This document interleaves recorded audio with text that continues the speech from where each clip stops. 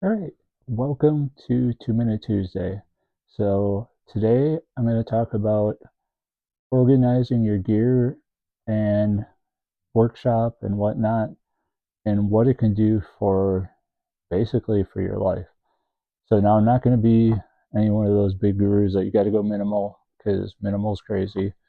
But a couple channels I've watched are the Minimal Mom, Clutterbug are probably the two that have kind of inspired cleaning up the most and kind of freeing the mind. Although I'm never going to go the route of a minimalist because going minimalist and having one or two of everything would completely stress me out. So, but what I've found, and I went through this the other day, I lost a carabiner or I misplaced it.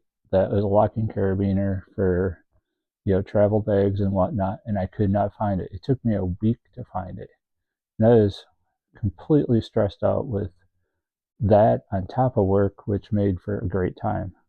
So basically, what I have done for, especially for just my EDC gear that is stored, and in the area that I stored it, I created a inventory. Now this isn't down to the gnat's ass.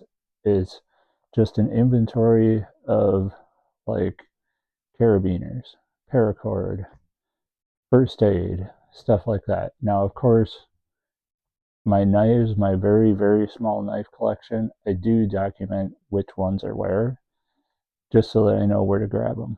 But having that stuff put away, cleaned up, gives me the peace of mind that I now feel free to go and do other stuff.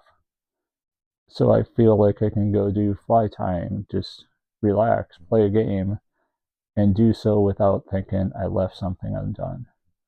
So cleaning up, organizing can really help you out. Of course, that's 2 minutes. That's a wrap.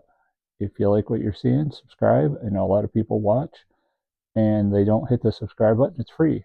So just smash it and it'll show up kind of just in your suggestions and you can pick or choose what you want to watch. But hope you all enjoyed.